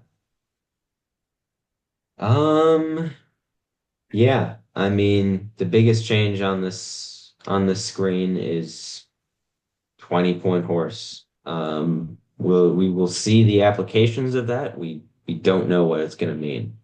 But just to throw a random guess out there, I think it's going to have, I think a lot of less expensive heroes are going to start opting for not taking horses. And I Yeah. think the more expensive ones are probably still going to take them. I agree. Like, an Aragorn is probably going to take his horse, especially because he is Horse Lord. And something like, I don't know, a Captain of Rohan, if he's also got a 20-point horse, like that's 50% of his profile in cost that he's adding on for the horse. It's also going to be interesting to see what other mounts, what impact on points of we're going to see on other mounts, like Dane's War Pig, for example, that was Yeah. Or armored horses in general. Yeah. I mean, maybe they're just going to stick with the plus 5 points, so 25. But I guess we'll see. Well, I think that the Battle Pig was already like 20 points, wasn't it? Yeah, the Battle Pig, I think my guess is it's going to be at least 30. Yeah. Because 2 wounds, defense 6. Mhm. But we'll see. We will. All right.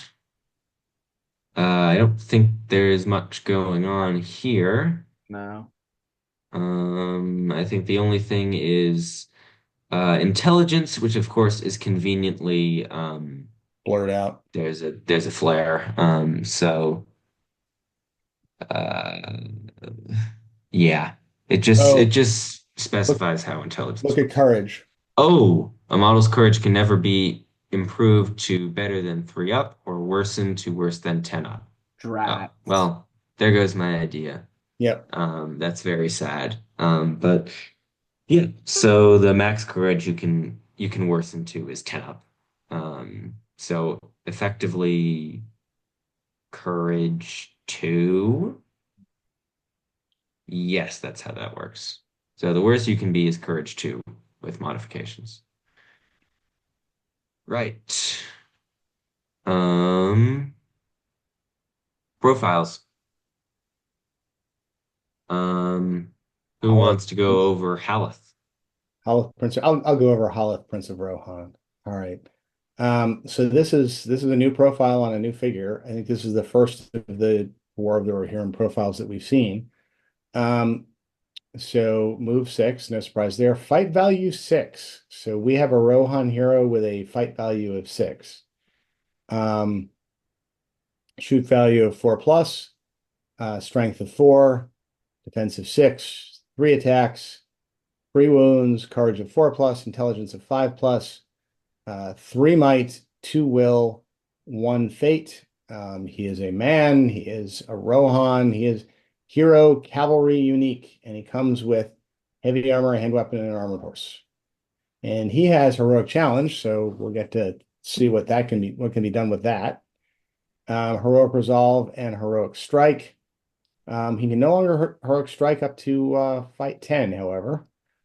And then he has a Defender of Edoras special rule. Whenever Haleth is outnumbered in combat, if he wins the duel roll, he may re-roll any failed to wound rolls when making strikes. So I guess you want him to be outnumbered and then win, and he can mow through troops. He also has Expert Rider and Horse Lord, as you expect for a Rohan hero. So yeah, fight value 6 Rohan. That's the thing. There you go. Interesting that, I mean, I guess obviously they're gonna put it in like the Legion book or whatever it is, but no heroic tiers on the profiles. No, this is correct. Yeah, there's no points as well. Because I think these are snippets from Yeah, yeah. the book from the box set. Um, Fair enough. I mean, my guess 130-ish points, maybe. Sounds right. Because Is it not at the he's top got of the all of page? the Is it not at the top of the page? No, it's not. Okay.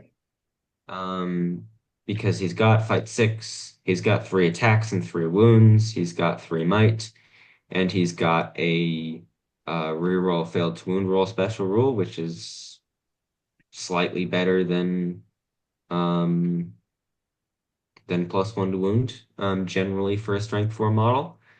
Um if he's outnumbered, which is not hard to do. Um, so I think looks like a really solid profile. And I think like, yeah, 130, maybe even 140 points, I might still take him because the seem to be allocated in a favorable way. Yeah. Yeah. All right. Next Cool. one, Prince of Hama. Rome. I can do this one. Movement 6, fight 5, strength, shoot value 3, strength 4, defense 6, 2 attacks, 2 wounds, courage 6 plus, intelligence 5 plus, 2 might, 3 will, 2 fate. He has heroic accuracy and defense. His special rules are expert rider, horse lord, and sharpshooter, which again we don't know what that is exactly, or we've kind of pieced it together. I don't know. In any case, he has I sharpshooter. mean, I haven't, but maybe there's, I don't know. Okay. Yeah, sharpshooter. Warrior poet, Hama may spend a will point at the start of any fight phase to use this ability. If he does friendly Rohan model to within 6 inches of Hama may reroll to wound rolls of 1 when making strikes until the end of the turn. That's kind of an ad rule. He also has Yeah. bow and horse. Oh yeah, bow and horse. Which makes the shoot value relevant. Interestingly, no, Haleth has a 4-up shoot value. I think it was Wolf who has a 3-up shoot value for no reason. But anyways, we'll get to that when we get to him. Thoughts on the model? It's okay. Yeah. Probably not my first choice. I mean, I don't know what other profiles are going to be part of this list, but I mean, this may not be my first choice. I mean, I guess this special rule kind of proves the principle that, non-STEM degrees are pretty much useless these days. I sure love it when my strength 3 models get plus 2.7% chance to wound Yeah, against that's defense right. 6 models. Yeah. But against defense 5, you get plus 5.4% chance, which is less than a third of what +1 to wound gets you. Yeah, well, there you go. I mean, can Do you it 3 imagine when times, You can too. do it 3 times in total. Can It's you not imagine even when these two brothers came back from college and Hama's like, I learned to be a poet. I can give models the ability to reroll ones to wound. And Hollis is like, I studied the blade. I can reroll Yeah. wounds. Yeah, this guy better be like 60 points or something, because otherwise I'm not using him. This is a clear example of like he's got stats, but the stats are allocated in an unfortunate manner. Like he's got 3 will points, but you're going to be spending your will points on your crappy special rule. He's got 2 fate points, which meh. Um, he's got a bow, but he's not super great with it, other than shoot value 3. He doesn't have expert Well, shot or anything he's a like that. sharpshooter. We don't know what that means. That's true. Sharpshooter might be 3 shots. Um, double expert shot probably won't be. Um, He, and then he does fight have 5. he does have heroic defense, so he can tank for 2 turns. Yes, yes, for 2 turns instead of 3, because he does not have 3 might, which is unfortunate. Yeah. Yeah, pretty meh profile, honestly. But we don't know how much he costs, so who knows? Maybe he is appropriately Maybe he he's could be an 40 appropriately points. Who costed. knows? He's 20 points. He's an auto tank now. He is the cost of a horse for Yeah. Alron. Pick up your 10-point Hama real quick. All right. Warrior of Rohan, I mean, outside of them having an intelligence of 6 and their spears can be used as spears as a special rule. Same thing as kind of the legions use them now. There is actually something that I wanted to bring up that I saw, Oh, which I'm not sure about the applications. It says a warrior of Rohan must have one of the following options, and then it has bow, shield, and then shield and throwing spears as a separate option. mhm. So either this is just something exclusively for the box set, or this parallels what we've heard about, models that don't have equipment not being able to take it. Right? The only models that exist for Warriors of Rohan are warriors with bows, warriors with shields, and warriors with shields and throwing spears. Yeah. You used to be able to take Warriors of Rohan with nothing, just throwing spears, bows and throwing spears, and a mix of a bunch of different things. So if this is a general change, it's gonna have pretty big implications. Alternatively, this just could be because this isn't a box set. So I'm not sure. Fair enough. But yeah, I think that's it. Profiles? Yes. The sharpshooter himself, Wolf. So Yeah. Wolf is fight 6. So we've got another fight 6 hero to square off against the Rohan's fight 6 hero. Shoot value 3+, strength 4, defense 5, so a little weaker because it doesn't look like you can buy him war gear. 3 attacks, 3 wounds, cards 5+, intelligence 5+, and he is 3/3/2 from Might, Will, and Fate. He has heroic challenge. There it is again, heroic strength and heroic strike. So you can get a strength up to 8 if he wants to, if he calls heroic strength. And he has the general hunter special rule, and I don't know what that is. And hatred Rohan, which if it means what we think it means, gives him +1 to wound. Which is particularly in scenario play is going to be a thing. He has the Usurper King active rule. If Wolf is engaged in combat with an enemy hero, he may re-roll a single d6 during the duel roll. Additionally, Wolf must roll to wound rolls of a natural 1 when making, and then it gets cut off. But we can. I think there we go. when making strikes against enemy hero. So if he goes into combat against a Rohan hero, which I'm sure he's designed to do, he gets +1 to wound and rerolls 1s, which is These is slightly better than the other one. Yeah. Well, and he also gets he gets a non-batter reroll, so he gets which is good. Reroll attack, which is good. So he seems to be like the guy who goes around and kills Rohan heroes. Yeah, he seems to be a pretty good counterpart to Haleth. I guess he's probably around the same points, because his defense is weaker. His special rules are distinctly weaker than getting +1 to getting rerolls to wound when outnumbered in combat, because that's just a really strong rule. But his stats are better. He has 3 might, 3 will, and 2 fate instead of 3 might, 2 will, 1 fate.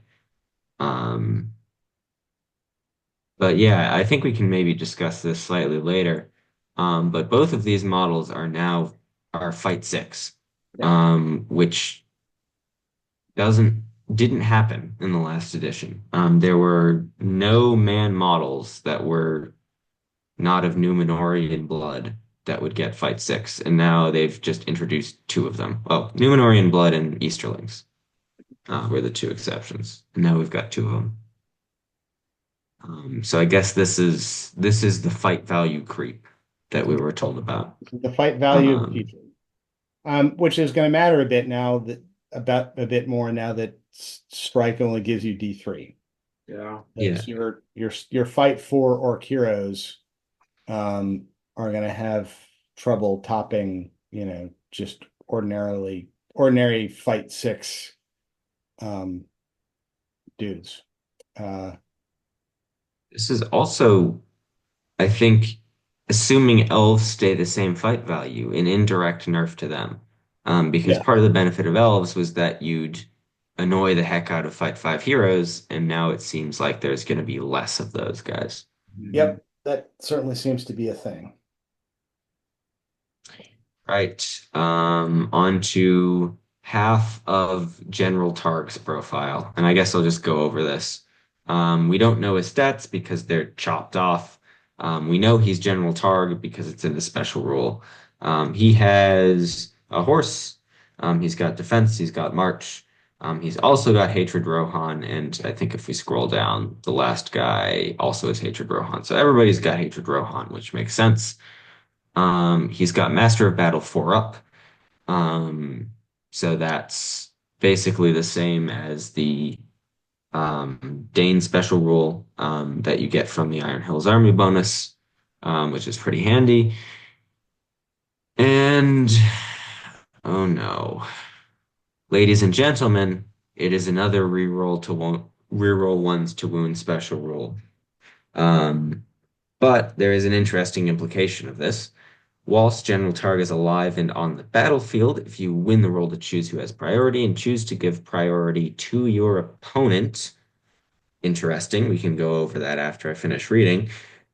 Then until the end of the turn, friendly Dunlin warrior models within 6 inches of General Targ may reroll to wound rolls of a 1 when making strikes.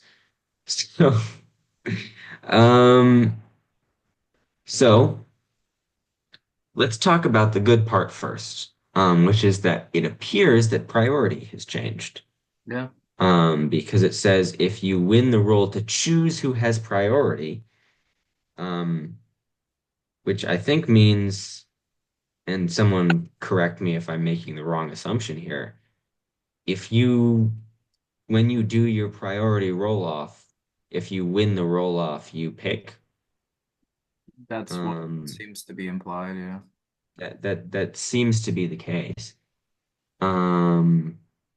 Yeah, so I mean that makes sense. I think that's a nice change, right? You roll better. You get to choose whether you go first or second. So there's a bit of a tactical choice in that. Some people might pick the wrong option or the option that's less effective in the moment. And so I guess that allows for a bit more skill expression. Um, so the interesting point here is that if you win the roll to see who has priority and choose to give priority to your opponent, then and only then this extremely situational special rule, not situational, this extremely bad special rule occurs. Um, so, right. So first off, you have to win priority. Yes. Well, it's the same as that's the same as Hama. But yes, it is at least a 6-inch bubble. Okay. It is at least, however, not tied to spending one of your 3 will points. Yeah. Which is nice. But this so not accounting for any player choice, you'd expect this to happen, you to get this special rule roughly a quarter of the time. because you both need to win the priority roll and to then choose to go second. Yeah. Um, this might affect your whether or not you choose to go second. It shouldn't because rerolling to wound rolls of one suck. But it might.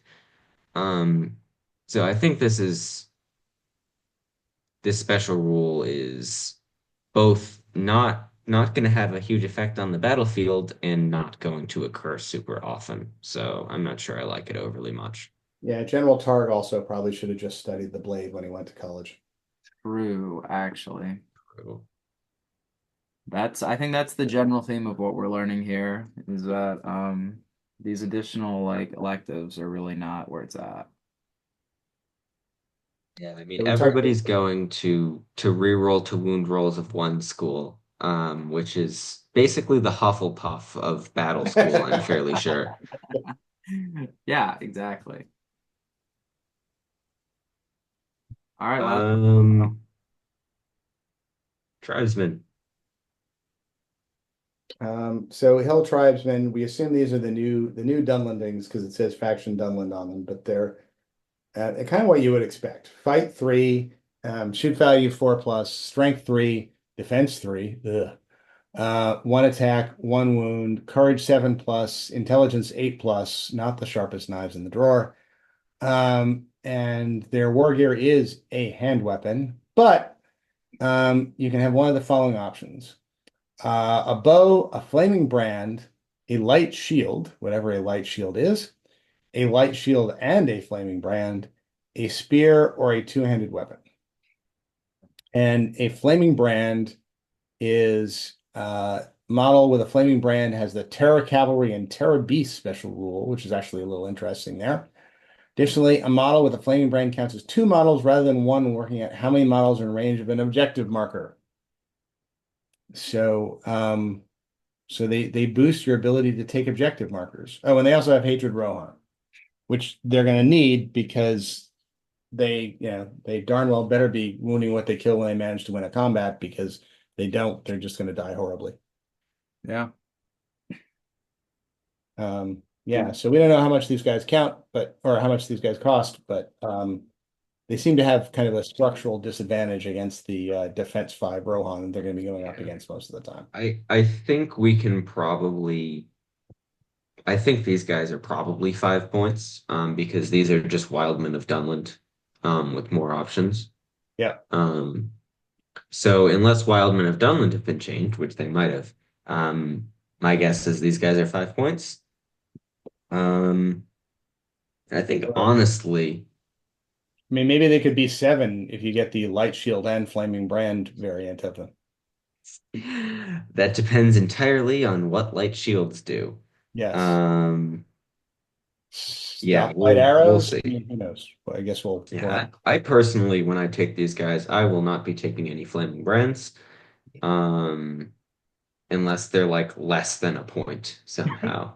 I don't know. I mean, because I haven't kind of thought through the whole Terror Cavalry thing. I could see some advantages to that. I think you might take these, because of the way you make army lists. I definitely won't be taking these because of the way I make army lists. Which is this is probably spending a point for a situational advantage. Maybe having a couple might be useful in some circumstances. I mean, I'm a guy who doesn't take shields on Boromir and stuff like that. So I definitely won't be taking these. But they might have applications for some people. I mean, I can think of some times where it might be worth a point, basically, to have that mounted hero not be entirely sure he's going to be able to charge you. But we'll see. Yeah. All right. I think that's it. That's it. Yeah. Um, all in all, um, I guess we can go to each person and just go over like general impressions of the rules. I like almost all of the actual rules changes. I like some of the profiles. Um, I don't like the whole re-rolling ones to wound thing. That's really dumb. Um, and the Hill Tribesmen concern me a little bit, because Defense 3 sucks. But we'll see if there are other options in their army list or not, for warriors. And what the light Um, is. Yeah. yeah, and what a light shield is as well. Yeah. I mean, look, I'm Yeah. interested. I also generally like the rules changes, in particular the heroic action rules changes. Um, looks like magic has been nerfed to a certain extent. We'll have to kind of see how that plays out. I don't think I know the answer to that question. And I mean, look, the profiles are what the profiles are, and I mean, to a certain extent, these are profiles that, as with many profiles, are really kind of designed to be used against each other. So, you know, for themey and scenario games, these could be entirely appropriate. And I guess we'll just have to see if there's, some sort of wider application to these hill tribesmen somewhere else in the rules. Yeah, I generally maintain similar kind of mentality. I do like the rules changes. I think like the change to priority I like a lot. The presumed kind of change nerf to magic, I think will have a positive impact on the game overall. Certain things, I think they did a great job like cleaning up things that were kind of a little bit fringe with the rules, like getting rid of things like Tremor. I mean not Tremor, Shatter. And then also kind of changing certain magical powers in such a way that kind of will rebalance how we play, like the magic casters or like what spells are going to be important is nice. Um, Interesting to actually see some of the fight value, like I guess range being like practically altered to give some of the Rohan heroes higher fight. It'll be interesting to see what that looks like for the rest of everything. But I'm excited for it. I really, really like the change to like the like types. Like I like the change to swarm or the creation of swarm, like the idea of beasts, like elite restrictions. I'm a fan of all of that. So I'm excited and we're gonna, we'll know all in maybe like 3 weeks. All will be revealed. Exactly, exactly. Indeed. So, all right. And by the way, before we sign out, for anyone wondering, Rainier had to take care of a throwing up toddler. So that's why he suddenly dropped off in the middle of the podcast. Fair enough. That's good. Yeah, I guess if you were just listening and not watching, be like, well, where did he go? Like, did they just shut him up? Is he just perma muted? But yeah, Rainier's To be fine. fair, I'm not complaining about that. But anyways, All right, fair All right, enough. All guys. right. Well, Hey, hopefully this will come out before Thanksgiving, but if it doesn't, I hope you had a happy Thanksgiving. If it comes out before Thanksgiving, have a happy Thanksgiving, everybody. and if you are not from the US, haha, you don't celebrate Thanksgiving. Yep. Got him. No happiness for you. all right. Well, with that being said, we'll all see you in the next episode of An Unexpected Podcast. But until then, we will bid you all adieu. Bye-bye.